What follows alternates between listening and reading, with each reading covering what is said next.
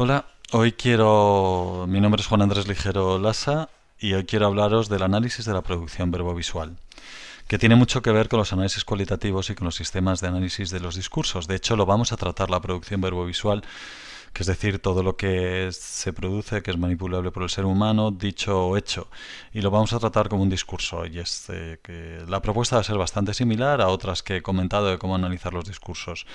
Pero tienen sus especificidades y yo creo que es importante. Entre ellas, saber por qué es interpretable los objetos, los productos verbovisuales, manipulables o tangibles, como en este caso estos artefactos del yacimiento de Atapuerca que nadie discute que son interpretables y que sobre una piedra de látex se pueden sacar conclusiones sociales sobre la época neolítica o previa en la que se construyó, y nadie pone en discusión que la inducción arqueológica es una buena herramienta lógica para poder llegar a construir explicaciones de cómo funciona el sistema social, ¿no?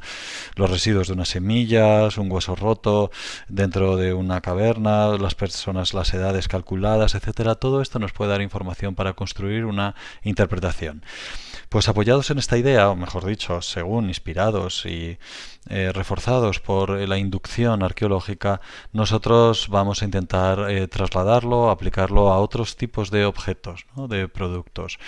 Nadie pone tampoco en discusión el arte o la arquitectura o la historia del arte que es interpretable, ¿no? Este equilibrio románico de esta iglesia que nos transmite unos determinados valores de la época en el momento que se hicieron.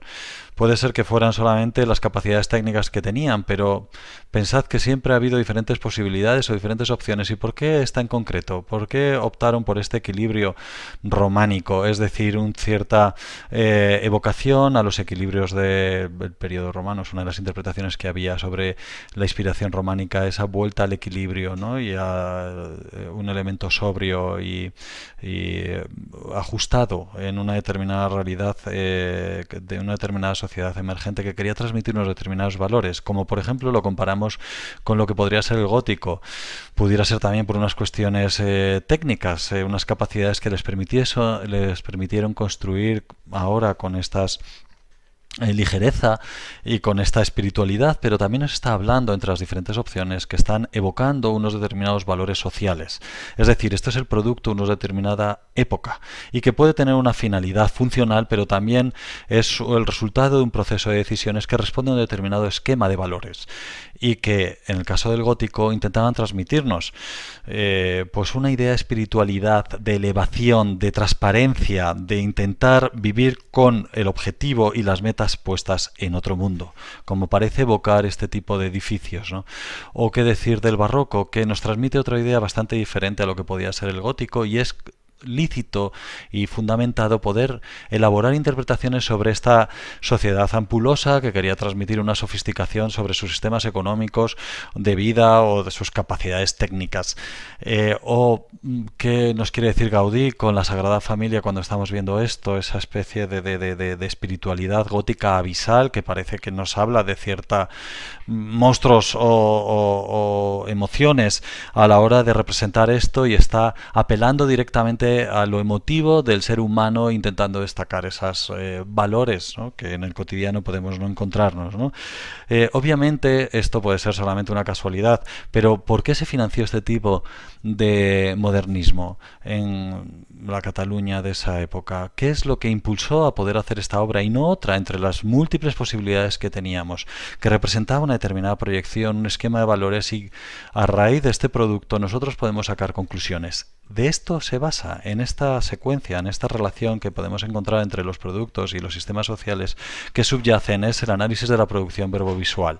Lo mismo podemos ver en las habitaciones austeras y sobrias del Escorial, que eran las estancias del poder, probablemente de los poderes más importantes que había en la tierra, y fijaros la austeridad que intentaba representar, también queriendo conectar con una determinada idea de una religiosidad con poco ornamento, con poco decoración, solamente queriendo tener una vida frugal, austera, y esto creo que estaba representado en la decoración frente, por ejemplo, al gabinete del Palacio Real de Madrid, donde esta especie de decoración que parece que transparente, que parece que estamos ya en una selva oriental, y nos quieren hablar pues de ese poder casi omnímodo de esa monarquía, que nos demuestra todo el poder y la capacidad que tiene de representar diferentes espacios, incluso hacer etéreos, algunos de los muros, como en esta sala de la porcelana del Palacio Real. ¿Esto es casualidad? ¿Es solamente un capricho? ¿Es un capricho porque este y no otro? ¿Podemos hacer una interpretación sociológica de esta decoración? Pues entiendo que sí, ¿no? En esto se basa. O podemos sacar, ya no por no hablar de estéticas puras y duras, sino que podemos entender que pueden estar influidas por las modas y por las voluntades concretas, pero ¿y este trazado urbano, esta trama urbana de Siena? ¿No nos puede estar hablando también de esa aglomeración y esas calles no rectas, cigueantes? ¿No nos puede hablar de una determinada situación histórica? ¿No nos puede hablar de la necesidad de estar en esos estados-nación protegidos, con poco territorio, con necesidad de protegerse detrás de unas murallas rápidamente, que se puede ir a cultivar los campos alrededor, pero al caer la noche hay que volver con rapidez? ¿No nos habla de esa estructura política y social?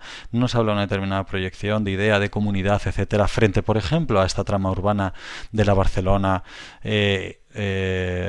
ilustrada, donde vamos viendo la exposición pura de una determinada racionalidad en esa trama urbana de Damero? No habla tanto de los proyecciones de una determinada burguesía industrial sobre lo que debía ser una ciudad racional y equilibrada. ¿No nos está hablando de esos valores que hay detrás, o es pura casualidad, o es puro funcionalismo? Esa quizás es la cuestión, la gran crítica que puede haber a la interpretación de los diferentes productos de manipulación del ser humano, es decir, la funcionalidad, pero funcionalidades puede haber muchas. Bien, y si bajamos un poquito más a terreno, nos dejamos ya los mapas y planos y nos vamos a los tablones de anuncio. ¿No son estos tablones interpretables desde una perspectiva sociológica o evaluativa? ¿No podemos sacar, por ejemplo, en el tablón que pone anuncios personales, ideas sobre qué es lo que preocupa a los jóvenes estudiantes de una determinada facultad o a los trabajadores? ¿No podemos sacar una especie de discurso de cuáles son las preocupaciones, los intereses, las necesidades de una determinada población en un determinado momento histórico? Y en el de la derecha, ¿no podemos sacar, solamente llama la atención la ordenación de uno y otro, no podemos sacar conclusiones sobre cuál es la idea, la proyección el órgano de gobierno, y analizando las temáticas de estos carteles, de estos anuncios, podemos sacar una determinada idea, la idea del orden, o la idea de la información que se dispone, la idea de la importancia de la centralidad de las informaciones, de los contenidos, de quién tiene capacidad para poner carteles en un sitio y en otro. En verdad, en una puede ser solamente algunas personas, aunque no haya cristal, que puedan decidir que tengan la capacidad de poner, la legitimidad de poner algunos anuncios, y en la otra vemos que es bastante más libre, aunque curiosamente tiene cristal. Entonces, no se está hablando de determinados discursos, de importancias, de relevancias. ¿Podemos interpretar lo importante para unos y para otros a través de este análisis de un tablón de anuncio? Esta es una de las cuestiones clave, ¿no? De este. O podemos sacar conclusiones con una página web. Aquí pongo, por ejemplo, la página web de un máster. ¿Podemos decidir en qué máster matricularnos o no en función de lo que hay en una página web? ¿Nos da información de cómo es el máster? Y si tomamos la decisión en función de eso, ¿nos estaríamos equivocando? ¿Es demasiado frívolo tomar la decisión en función de la publicidad, la imagen, los mensajes, la comunicación que quieren representar los diferentes actores?